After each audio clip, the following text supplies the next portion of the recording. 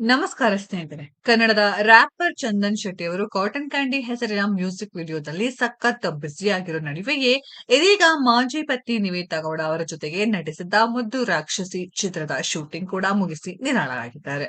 ನಿವೇದಿತಾ ಜೊತೆಗಿನ ದಾಂಪತ್ಯ ಜೀವನವನ್ನ ಕೊನೆಗಾಣಿಸಿದ ಬಳಿಕ ಮತ್ತೆ ಕಂಬ್ಯಾಕ್ ಆಗಿದ್ದು ನೋಡಿ ಫ್ಯಾನ್ಸ್ಗೆ ಸಖತ್ ಖುಷಿಯಾಗಿದೆ. ನಿವೇದಿತಾ ಅವರು ದಿನದಿಂದ ದಿನಕ್ಕೆ ಹಾಟ್ ಆಗಿ ಕಾಣಿಸಿಕೊಂಡು ರೀಲ್ಸ್ ಮಾಡ್ತಾ ನೆಗೆಟಿವ್ ಕಾಮೆಂಟ್ ಗಳನ್ನ ಎಂಜಾಯ್ ಮಾಡ್ತಿದ್ದಾರೆ.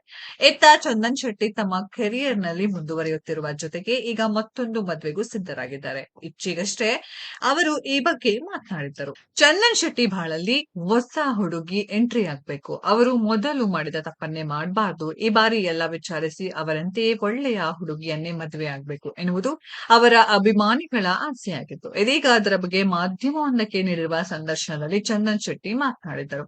ನನಗೆ ಸಿಂಗಲ್ ಆಗಿಯೇ ಮುಂದುವರಿಯುವುದು ಇಷ್ಟ ಇಲ್ಲ.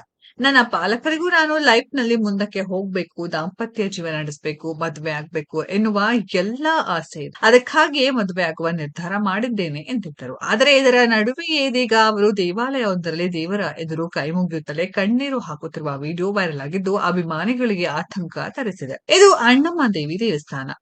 ದೇವರ ಎದುರು ಕೈ ಮುಗಿಯುತ್ತಲೇ ಚಂದನ್ ಶೆಟ್ಟಿ ಭಾವುಕರಾಗಿರುವುದನ್ನ ಈ ವಿಡಿಯೋದಲ್ಲಿ ನೋಡಬಹುದಾಗಿದೆ. ಅಷ್ಟಕ್ಕೂ ಮನಸ್ಸಿನ ದುಗುಡವನ್ನ ಹೊರಹಾಕಲು ದೇವಸ್ಥಾನ ಎಷ್ಟೋ ಜನರಿಗೆ ನೆರವಾಗುವುದು ಇದೆ.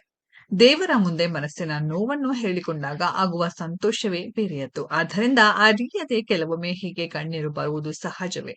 ಆದರೂ ಅವರ ಫ್ಯಾನ್ಸ್ ತುಂಬಾ ಬೇಸರ ಮಾಡಿಕೊಂಡಿದ್ದಾರೆ. ಇವರು ಏನನ್ನು ಬೇಡಿಕೊಂಡರು, ಏನು ನೋವು ಎನ್ನುವುದು ಅವರ ಅಭಿಮಾನಿಗಳು ತಮಗೆ ಇಷ್ಟ ಬಂದ ರೀತಿಯಲ್ಲಿ ಅರ್ಥ ಮಾಡ್ಕೊಂಡಿದ್ದಾರೆ. ಹಲವರು ಇವರ ಡಿವೋರ್ಸ್ ಬಗ್ಗೆ ಮಾತನಾಡಿದ್ದು ಮುಂದೆ ಒಳ್ಳೆಯ ಲೈಫ್ ಲೀಡ್ ಮಾಡಿ ಎಂದು ಹಾರೈಸುತ್ತಿದ್ದಾರೆ. ಸ್ನೇಹಿತರೆ, ಚಂದನ್ ಶೆಟ್ಟಿ ಅವರಿಗೆ ಒಳ್ಳೆಯ ಹುಡುಗಿ ಸಿಗ್ಲಿ ಅಂತ ನಾವು ಕೂಡ ಹಾರೈಸೋಣ.